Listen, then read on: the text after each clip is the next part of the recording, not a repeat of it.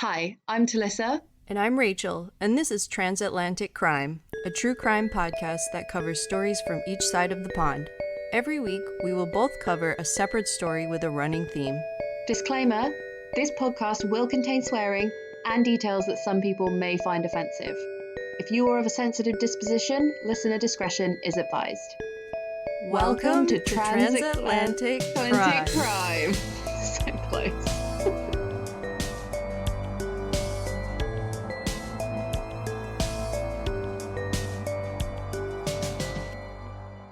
Okay, we are here in LA together. Hi, Talicza. This is the weirdest thing ever. I feel really weird. Yeah. I actually felt nervous. Really? Yeah. How do you feel now? Hungover.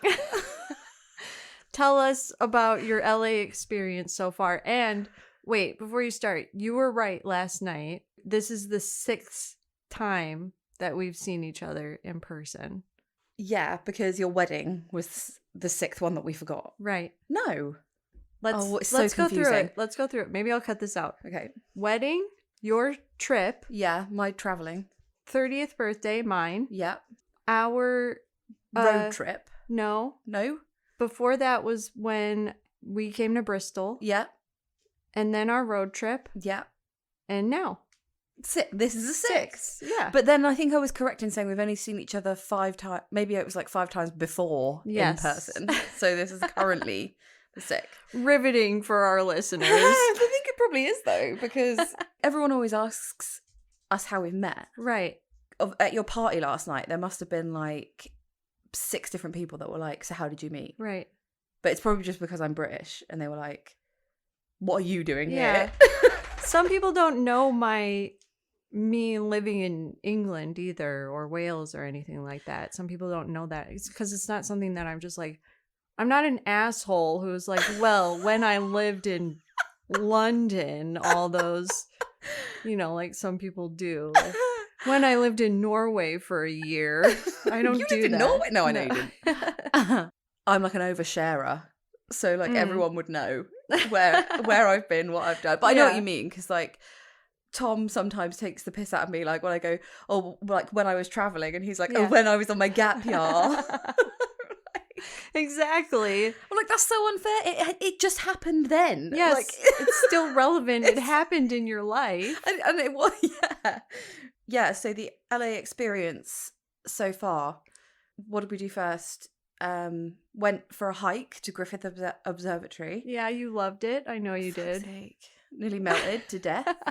And then, but there was good dogs at the top once we got there. Yeah. And then, what did we do that night? Went to the baseball. That feels like we went 2 to a separate Dodgers. days. Yeah, that was a full day. It was a full day.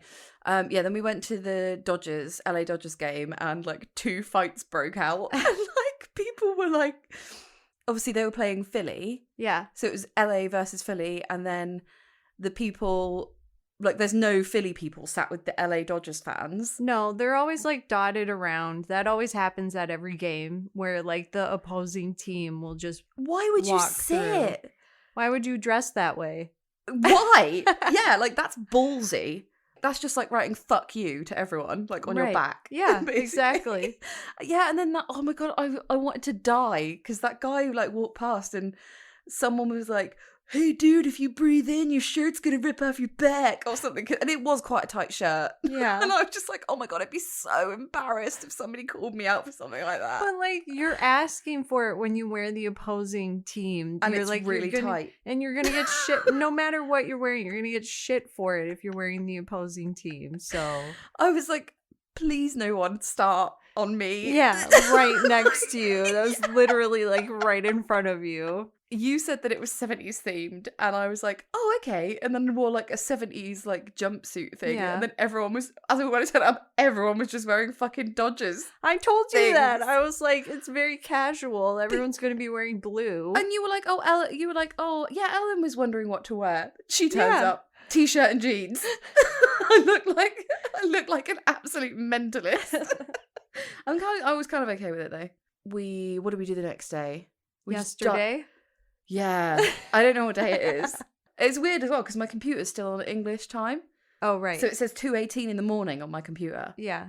But and it's 6 p.m. right now. Yeah, so I'm like, should I be tired? Like, it's confusing. Mm-hmm. And then we just died a bit in the day, didn't we? Well, I had to work, and then, yeah, we just kind of spent the day, like, chilling out. And we watched... yes, we've been watching Candy. Which we just finished today. Yeah. So we burnt through that on a hangover. We really did. If anyone wants to watch it, it's on Hulu, and it's about a really small church-going town. It's in Tennessee, right? I can't remember where it is. Or Texas or something. I think it was Texas.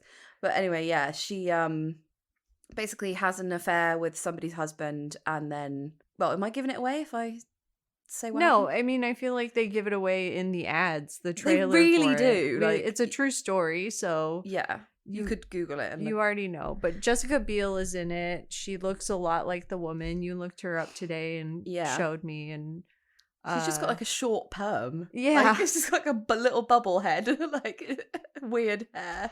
Yeah, dude. Why was that ever a thing? I don't know. And then for the trial, she does her hair like Farrah Fawcett, like kind of flipped 70s, out. Yeah, which was a way more normal hairdo for a woman of that age. Yeah. And like, yeah, she basically like kills a woman with an axe. Yeah. After she fucks her husband. Right. So yeah, I really enjoyed that though. Would recommend. Good. Yeah, definitely would recommend. And then now, fast forward, and we're in the same room recording. Here. Yeah, just had some Chinese food. Yeah. Cleaned up from the party from last night. You cleaned up. Well done. But to be fair, I was sat here trying to write a story. I would write like 3 lines and then be like, oh, I can't do this anymore. And then have to do something else. So like, yeah, but it did finally get done. And I really hope you don't know this story, because it's a humdinger when it's like a big reveal. Yeah? I really don't want you to guess it. Even if I feel like I have such a bad memory these days that I wouldn't, unless it was like, here's the Yorkshire Ripper, then I'd be like, yeah, I know that one. Yeah.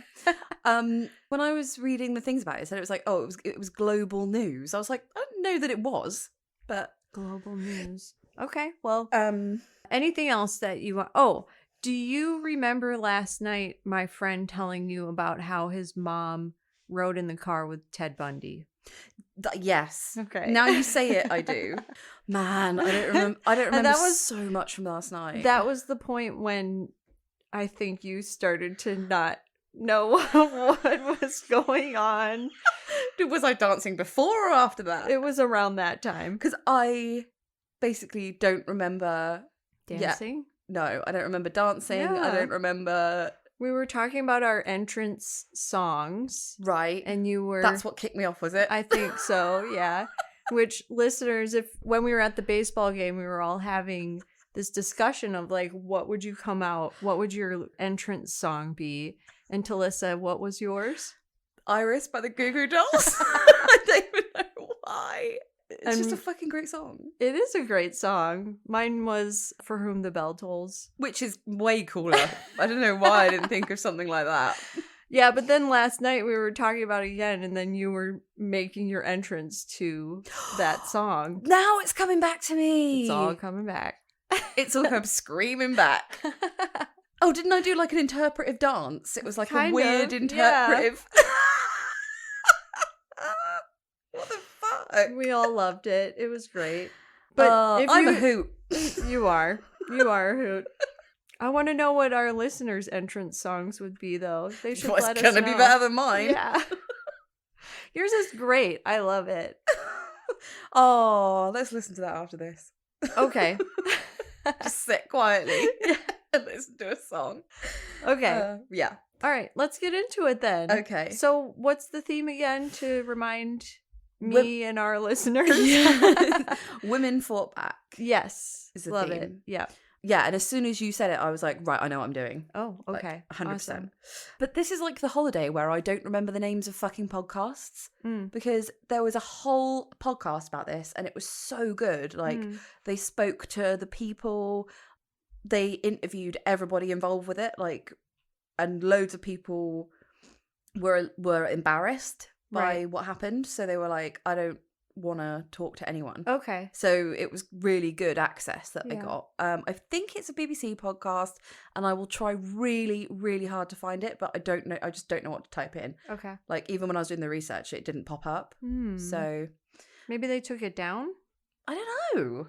It was really good though. It's a series podcast, so Yeah. it's like if you're up for something bingeable, then it's I like those. Yeah, me too. Yeah. So, and when I first listened to the podcast as well, I didn't know the story at all. Right. So I got the twist like bit as well. Okay. Okay. Cool. So you won't know from the name of the story what it's going to be about at all. So this is the story of Kate Wilson. Okay. Okay. I know Kate. No, it's okay. So, in 2003, Kate Wilson was 23 and she was an environmental activist.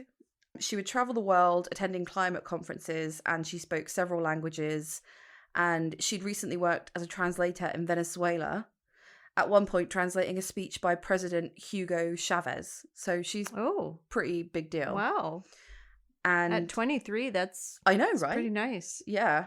I always think when people speak several languages, I'm like, you had a leg up. Like, you already knew, like, maybe your mum was Spanish or something. Maybe that's me downplaying other people's achievements because I want to be able to speak loads of languages, but I don't know. My sister's really good. Two of my sisters are really good at just learning languages, and I'm just not. Yeah. That's just something that I cannot retain at all. But really, yeah, my two sisters can, and we were only brought up with English, so nah, they had a secret Spanish friend. No, I'm joking. Yeah.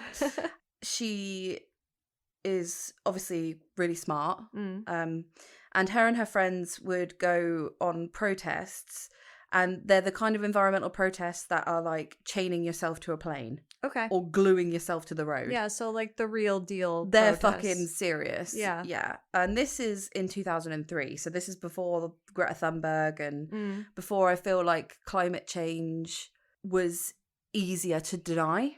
I think. Okay. At that point. Yeah. People were like, whatever. Whereas like now with like David Attenborough on every single documentary he makes is like, no, it is real. Right. Like, please listen. Yeah. So, and I think people have like changed their stance on it. But in 2003, I think people were like, it's easy to deny. Yeah. You're a crazy lefty, basically. Right.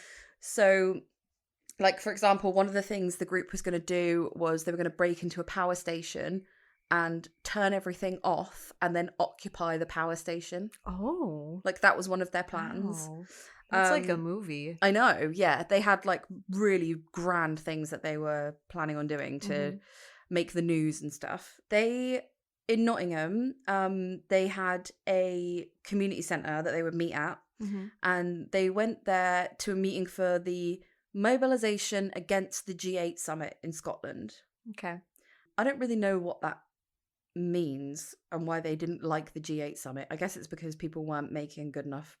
Like, the G8 summit is where world leaders get together and talk about climate change. Yeah, I wish that I were smarter and I could remember better, but I feel like there's some connection between Bush and G8 and like different sides of that. Yeah. All I know about it is that's where they go to make all the nations make promises about what they're going to do about climate change. Right. And the point of them protesting at it was, you're not doing enough. Yeah, I mean, anybody correct me if I'm wrong, but I think that's what was going on. Okay. So anyway, she went there to this community centre, and there she met a guy called Mark Stone. And they were sitting next to each other and they got talking, and they had loads in common, and they both really liked country music and climbing and travelling and like travelling around in a caravan or like a VW or whatever. Yeah. And obviously political projects. Right. So Kate thought that he seemed really nice and he was charming. So they met at a few more events, and he started to become more involved in her group. And then they started seeing a bit more of each other. And then this is directly from Kate. She said, "We started a relationship. I mean, he was quite a lot older than me, nearly 10 years older than me, and was very romantic, and that set the tone for the relationship. He moved in with me and a group of my friends very fast, and he was involved in pretty much every aspect of my life." So they are getting it on. Yeah. But he was really guarded about his past, and he didn't introduce Kate to any of his friends. Red flag. Uh-huh. You clocked it. Yeah, so he had an excuse for that. Oh. Well, or a reason. Let's hear it. And that was that he'd been involved in drug running from Grenada and the south of Spain and from London. Basically, he said he worked as a delivery driver, and through that he met some people and he got involved in some messy business and had to leave London to get away from that life. This is like suitably vague. Okay. And he said there were some nasty people that he didn't want to find him. So that's why he wasn't taking her to meet his London friends or whatever. Sure. And she just said it wasn't something that I questioned him further about. I just left it because it seemed like private. Yeah.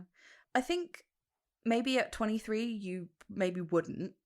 But at my age, I'd be like, what's your fucking deal? Yeah. I don't have time for this. Yeah, no. They moved in together, but it was like a share house, so they were living with friends. Okay. But they were in a room. Yeah. And they went on holiday together, and he met all of her family and all of her friends, and like went to her grandma's 90th birthday party, like proper boyfriend. Yeah. And then in 2005, Kate wanted to move to Spain, but Mark didn't. Okay. So they broke up, but they broke up amicably. Yeah. And they remained friends. Right. Again, this is why you do not remain friends with your exes. You just burn that bridge to death. Okay.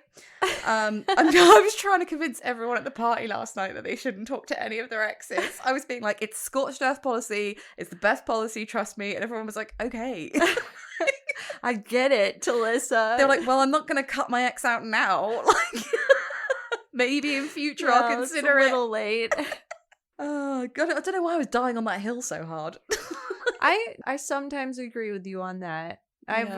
You've definitely turned me around on that, because if I had known that when I was younger, then 100% I probably would have been in a better place mentally. But it's a good thing to, like, even if you do that to a degree, yeah, I feel like it's good. Yeah, separating like distance between you, basically. Yeah. So they remained friends. So they went out for 2 years, from 2003 to 2005. And so for the next 7 years, she is living in Spain. Okay. So this takes us up to 2010. Right. So she's still been speaking to Mark regularly, and he would visit her sometimes as well. So he went to visit her in 2010. And so 5 years after they broke up, and he took her for dinner. And they walked by the water afterwards, and they were speaking about their lives now and stuff. And that's the last time that she saw him. Okay. 2010. Yeah. Okay. So then 2 months after that, she received a phone call from one of her friends from the climate group telling her Mark wasn't who she thought he was. Okay. He was, you ready for this? This is the big reveal. Okay. A lizard man. No, he wasn't. He was a married undercover police officer with 2 kids. Okay, this is starting to sound familiar. Okay. Yeah. So he was sent to infiltrate the group and to thwart their protests. Yep. So some members of the group became suspicious of him when nearly every protest that they organised was intercepted by the police before it started. So like, someone here... Yeah. It's impossible. Which one of us? Yeah, it's impossible that they would know about every single fucking protest. They were like, right, who is the plant? Yeah. Yeah, they believed someone in the group was tipping the police off. And because Mark was so cagey about his past, they suspected him first. Yeah, clearly. Yeah, and also like there was somebody called Jack, not his real name, in the article I was reading on Vice, that was saying he ate meat. And no one else did. Yeah. Because they're an environmentalist group. Right. So, like, why the fuck could you not be vegetarian? Yeah. They were like, okay, well, that's not really in keeping. Yeah. He also said he talked, in air quotes, like a bro. Okay. Which English people don't really say. Like, it's more of an American thing to say bro. Especially back then. That wasn't really a saying even here, I don't think. Ahead of his time. So... Yeah, so he also said that he was like, he was just really macho. Right. And that kind of wasn't the vibe of that group either. No. They were like, everybody's just themselves. Like, you don't have anything to prove. Right. He also had a lot more money than anyone else. Mm-hmm. And that was suspect. Yeah. He also couldn't really hold conversations with the group about activism, like, and he would change the subject if it got a bit complicated. He doesn't sound like a very good secret agent. Like, in a way, he was obviously amazing. Yeah. But in other ways, he hadn't done his research, like, at all. Also, can't you be vegetarian for, like, your mission years or whatever? Yeah. It's like, no, I think James Bond is going to be a vegetarian for a couple months. I don't know. Well, yeah. You're not James Bond. No. Also, another thing that got him found out was he had another relationship with with another woman in the group, and she's known only as Lisa because she doesn't want her name out in the public eye. And he got with her like almost as soon as he broke up with Kate. Okay. So they also found that a bit weird. Yeah. They were like, another red flag. Yeah, it's like if someone's your boyfriend, you're going to be like completely on their side. Right. Do you know what I mean? So I think he used that as a way to not be kicked out of the group. Yeah. Because then you'd have someone being like, "Oh, don't be mean. He's my boyfriend." He's making me think even more that he's just a crappy secret agent, undercover cop, where he's just like focusing on. I guess that would be a tactic, is just like get romantically involved, but it also seems sleazy. I had to do it for my job. Yeah. Basically. I'm sorry, wife. I had to do this. Yeah, it's fucked up. It's part of the job. Like, it's not like when an actor has to kiss an actress on TV. Like, you don't have to do that. No one's telling you to do that. Right. It's not in the script. Yeah. Yeah. So it is fucking sleazy. I'm not sure his wife knew that. I wouldn't imagine she did. No. Yeah, they basically, they went on holiday together to Italy, and the two new couple. Yeah, sorry. Lisa and Mark. Yeah. Okay. They'd been together for 6 years. Okay. And then they went on holiday. Wow. In the summer of 2010, they went to Italy. One day, Lisa was looking for sunglasses in the glove box. Mm-hmm. I don't know what she was, though, because she found a passport and then chose to go to the photo page and look at it. I suppose you do, don't you? Like, yeah. You want to see someone's funny passport photo. Right. So I can see that. Yeah. And then she saw that it wasn't Mark Stone, it was Mark Kennedy. And she was like, what the fuck? Yeah. And it said he was a father. Where does it say that on your passport? Yeah. I mean, I'm just quoting from Vice here, but like, apparently your passport says if you're a dad. Wow. Does it? Yeah. If you have a kid, do they put them on your passport instead of giving them their own? No. You know how I know? Because when we moved to Ireland, my baby sister, my youngest sister, was a month old, and she had to get her passport picture taken. Yeah. And babies, a month old baby, generic baby face. Yes, cannot hold up their head. So her passport picture is, just imagine a tiny baby head with my dad's hand strangling around the neck to like hold the head. It's like this huge hand and a tiny baby head just like looking at the camera. Lay her down. They did. They laid her down, but like, oh right, you know, yeah. So that's how I know. So funny. Like, you can't just put your child on your passport. Although maybe it's different for England. He's British, right? Yeah. So maybe it's slightly different, but I wouldn't think so. How long would that last for, you know? Yeah. As your child, like, I don't know. If anyone knows the answer, then let me know, because this is fully conjecture. Like, I haven't got a fucking clue. Then she found a phone in the glove box. Okay. He is sloppy as fuck. Yeah. Why are you leaving her in a car? Yeah. With your... You've been going out with her for 6 years, and now you get sloppy. Again, that's way too long to be secretly dating someone in a couple of months, maybe. A couple of months, maybe a year, if you are... And then disappear into the ether. Yeah. Yeah. Break up with them. Yeah. She found a phone, and obviously went through it. Yeah. Put a lock on your phone. And it had emails on it addressed to Dad. Okay. So she was like, okay, what the fuck is this? Yeah. So she confronted him when he came back to the car. Yeah. And he broke down crying. What? Grow up, I don't Mark. believe anything about this man. I Were know. these fake tears? Like, what? Crying for himself because he's got caught, because he's a fucking idiot who doesn't put his phone... Take it in your pocket. Right. Like, he said he was using the name Stone to throw off people from his drug dealing past. Mm-hmm. And he said the emails were from... he said the emails were from a boy who was the son of his former drug running partner, and when that partner died, he adopted the kid. So he was like, that's why he calls me dad. But you never shared that information Until before. now. Yeah. Because, like, that's not something to be ashamed of. No, it's something you would actually probably be pretty proud of. Yeah. But you haven't seen him in 6 years. Yeah. So you're not that good a dad. Right. She still goes out with him. She, like, believes him. Okay. Because she was like... He kind of sounds like he might be manipulative, though. Yeah. Well, I think it's one of those things where it's like you just really don't want it to be true. Yeah, you want to believe the person that you've been dating for 6 years. What's easier? Like, believing his lie or tearing apart your entire life? Yeah. Fine, I'll just believe what you said. Yeah. Let's just say for... Ruining your Italian holiday. Yeah. We were going out for pizza. Yeah. Fine, you adopted someone. Whatever.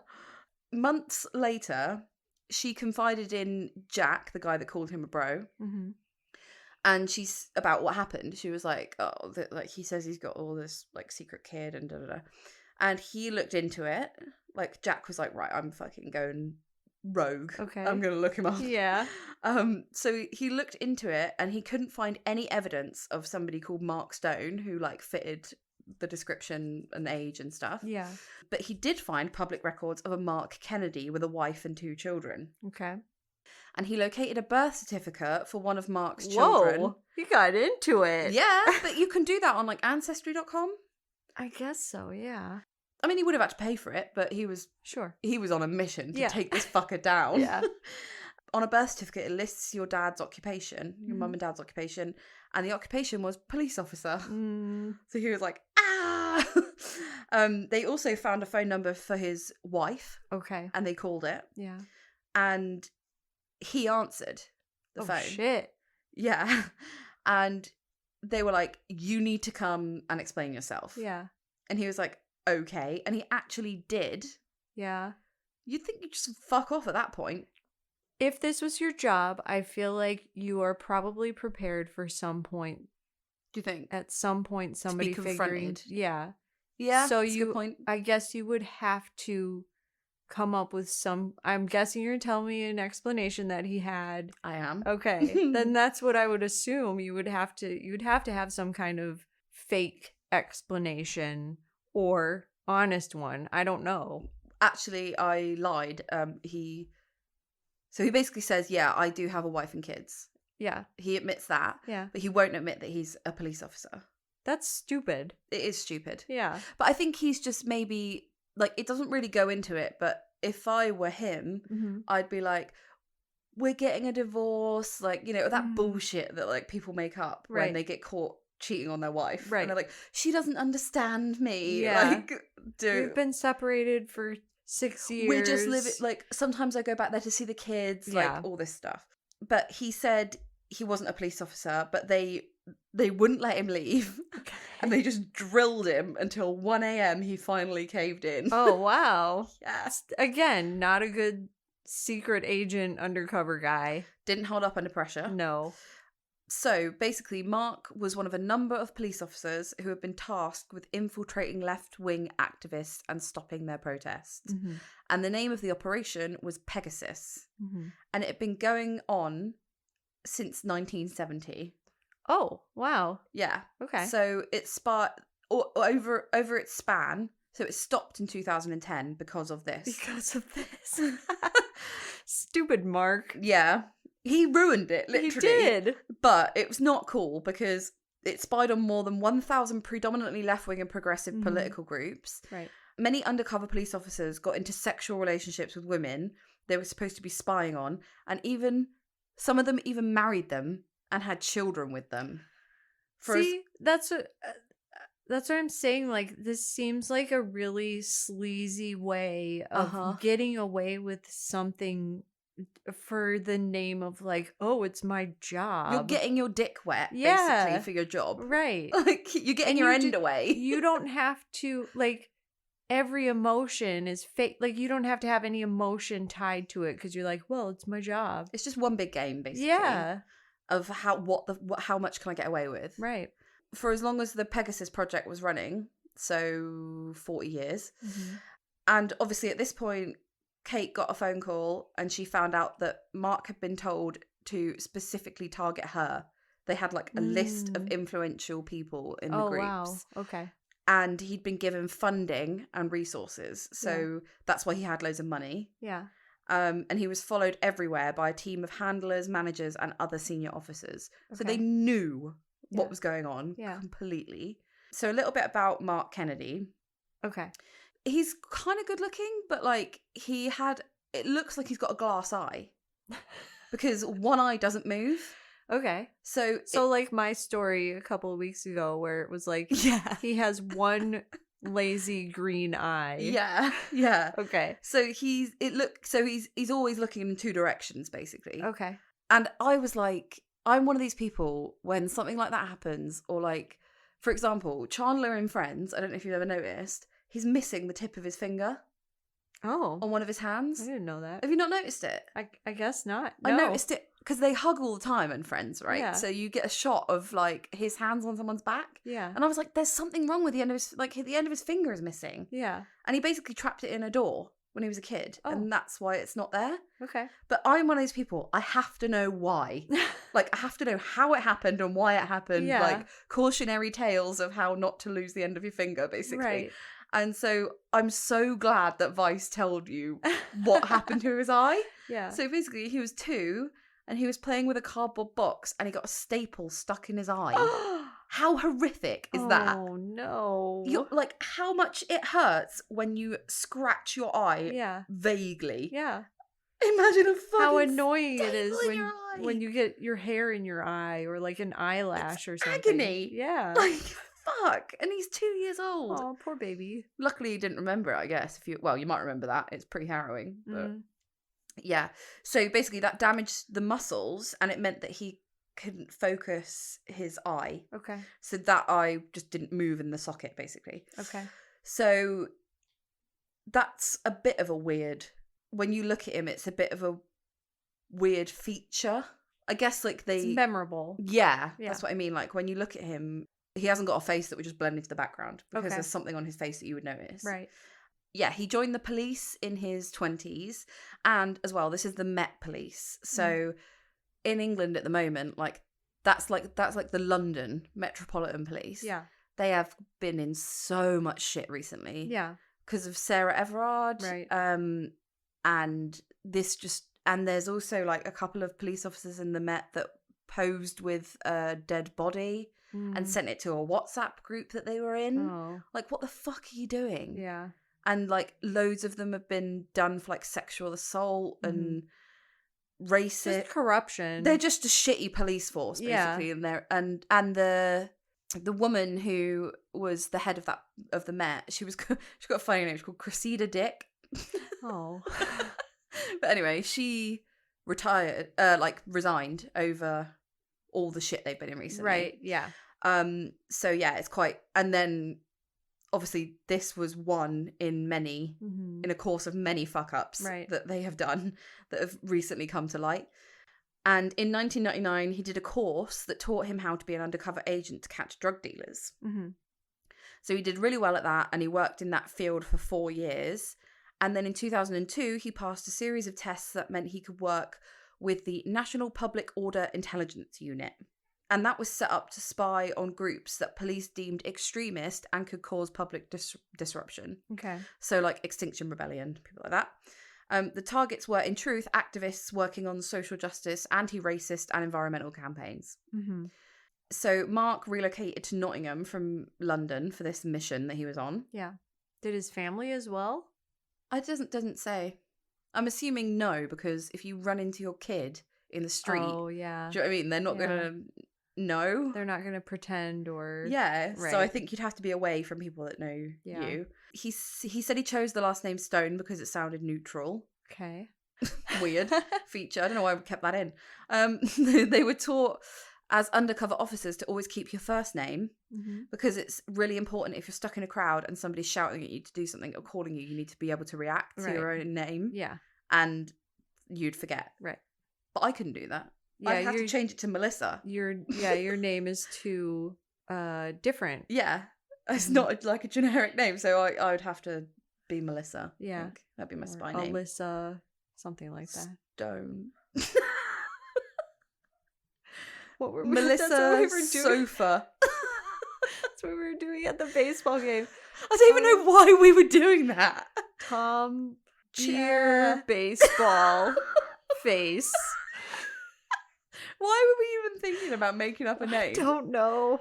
Oh yeah, and then we forgot the fucking name of the Beatles. Yeah. Like we got John. All three of us couldn't remember George. We got John, Paul, and Ringo, and then we were like, "Oh my god, who is the fourth Beatle?" Yeah. And then we were like, "Is there even a fourth Beatle?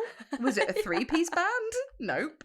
Embarrassing. So embarrassing. Really embarrassing. And then at the party last night, everyone. Yeah, we went. Everyone knows the four Beatles, right? And everyone was like, "Yeah, 100%." It's like going. Everyone knows the colours in a traffic light. Yeah. Yeah. Like. It was like that level of course. Right. Why do you ask? Yeah. Like, why are you talking about this right now? No reason. No, yeah. Nothing. Just wondering. Nothing. Yeah. So basically his mission was to infiltrate the Sumac Centre. That's where they all would meet up, where Kate was. And they kind of explained this in the podcast, which I found I remember finding it funny that he was basically like, how am I going to look like a dirty hippie? So he was like, he bought black clothes and pierced his ears and let his hair grow long. Okay. That's him like pretending to be a hippie. That is such a like bro. Yeah. Bro's way of like, what do hippies look like? They have piercings and they have long hair. The blokes have long hair and the girls have shorter hair. Right. Okay. Those are the rules. So yeah, he did that. That was all these details were from a book called Undercover, The True Story of Britain's Secret Police by Guardian journalists Rob Evans and Paul Lewis, if anyone wants to read more about it. He also invented his backstory. So he'd always been good at climbing, so he decided that he would present himself as a professional rope technician. Okay. Who did work on cranes and skyscrapers, and that was a way that he could explain away his absence. So like, oh, I'm away on a job, basically. Because he would disappear for like a week. Okay. To go and see his actual wife, I'm assuming. And check in with his actual job. Right.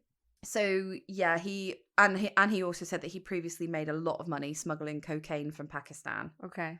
So that was the drug story. Kate learned in the end that at least 7 other people that she knew from the group were undercover agents. Whoa. Yep.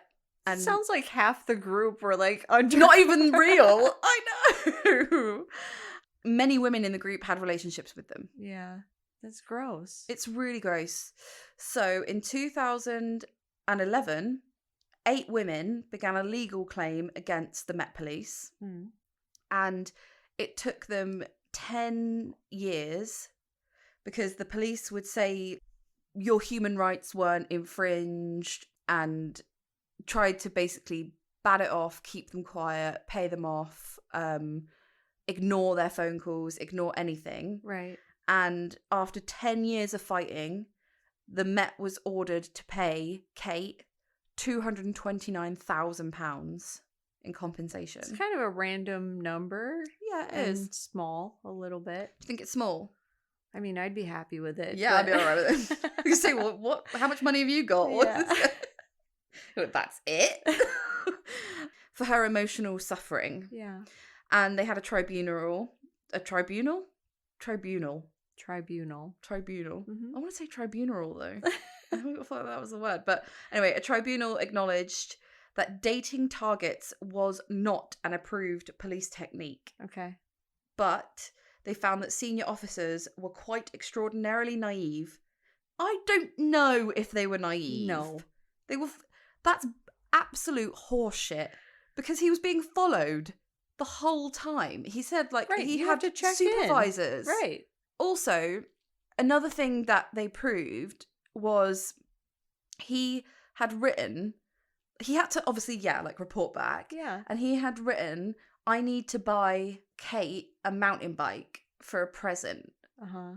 And they approved it. Yeah. They know what he's spending all his money on. Right. He has to say, like, oh, we're going to go and visit her parents for the weekend, so I need money for it. I need to buy train tickets. Yeah. Or so they know exactly what's going on. You wouldn't spend a weekend with, like, your friend's family. Right. Do you know what I mean? They knew he was her boyfriend. Right. So he's obviously having sex with her. So they were saying that they had no clue that they were wasn't naive. Yeah. Right. Okay. Which is clearly not true. Yeah. So yeah, the quote is, the senior officers were quite extraordinarily naive, totally unquestioning, or chose to turn a blind eye to the actions of officers who were getting results. I feel like it's the last one. Yeah. And then there's just this last little bit. So an inquiry to undercover policing is already underway. So this happened. She got her money in 2022. So Wow. it's only just happened. 12 years later. How would you feel? Somebody you dated 12 years ago, you just sued them for emotional distress and you got $200,000. I'd feel pretty good about it. If I was in the business of suing boyfriends for emotional distress, I'd be a fucking millionaire. Rachel.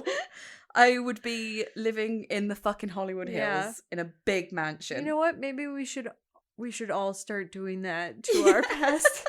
Maybe that would send a message. I'm owed $1 million. Yes. Yeah, so there's a report that's going to be published in 2023. Okay. About, like, the inappropriate behaviour of police officers fucking people that they should just be spying on. Yeah.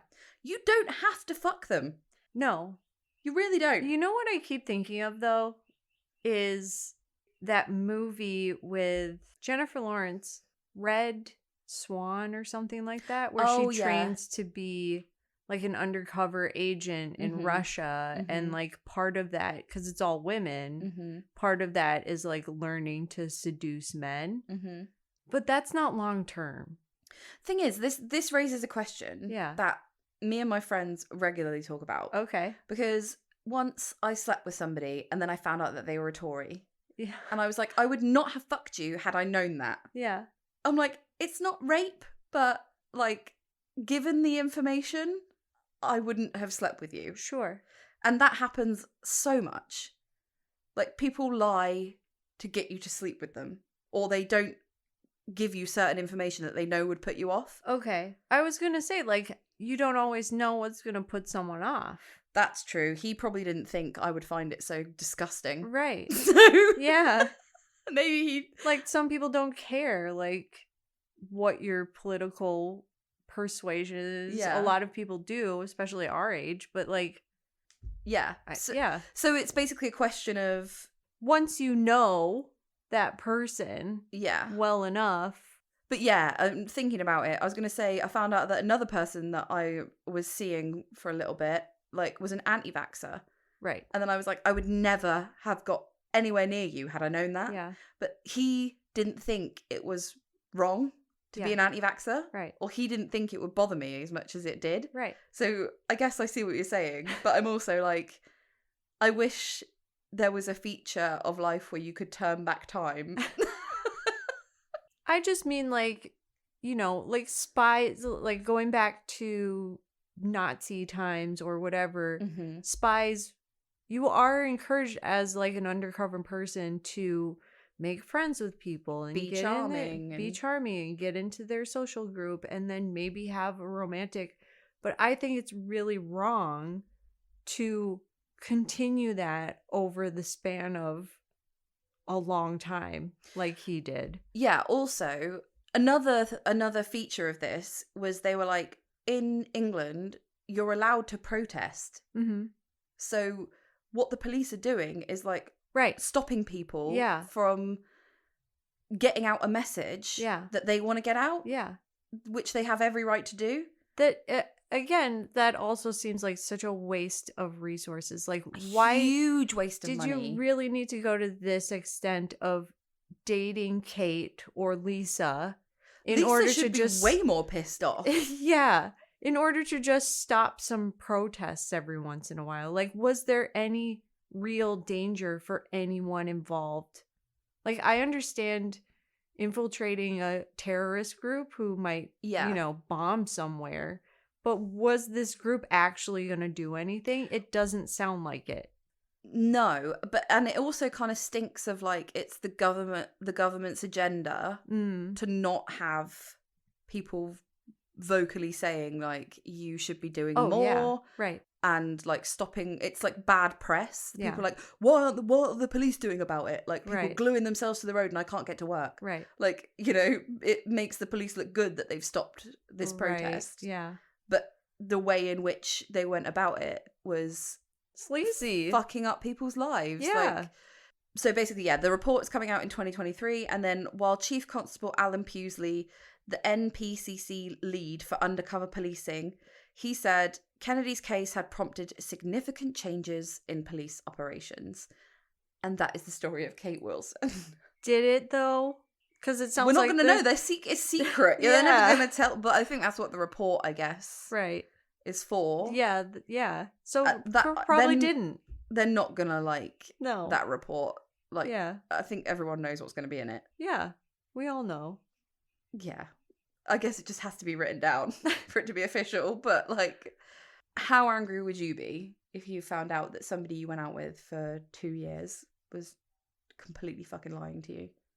Pretty angry. Yeah, I'd be pretty angry. At that extent, yes. To find out somebody had a wife and 2 kids or whatever. And not only are That they... would be horrible.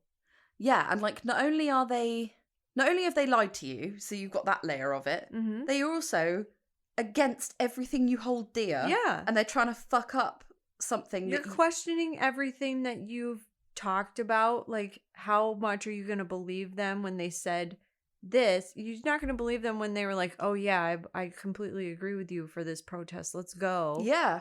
And then after that they say, I love you. You're not going to believe anything after that, any conversation that you've had. Yeah.